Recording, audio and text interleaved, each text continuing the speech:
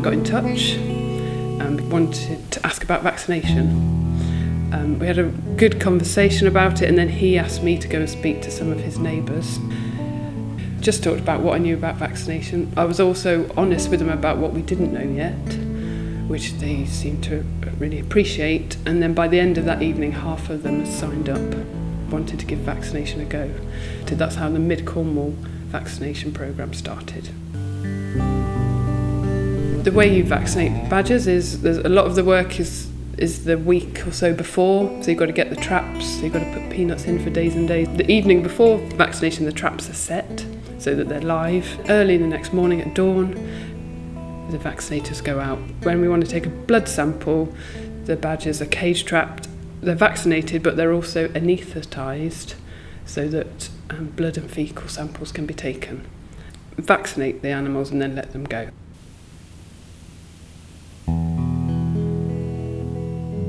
Unfortunately, we haven't had anything like the money spent on the research vaccination as we have of culling.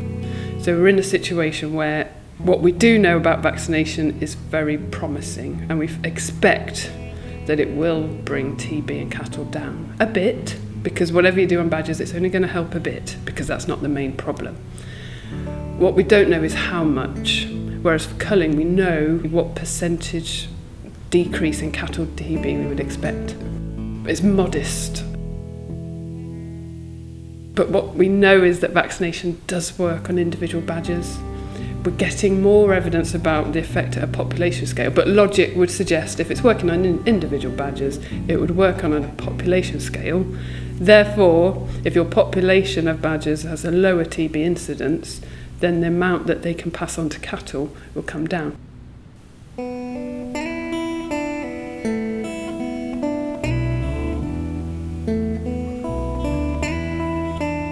I'm Cheryl Marriot, and I'm working with people to protect wildlife on behalf of Cornwall Wildlife Trust.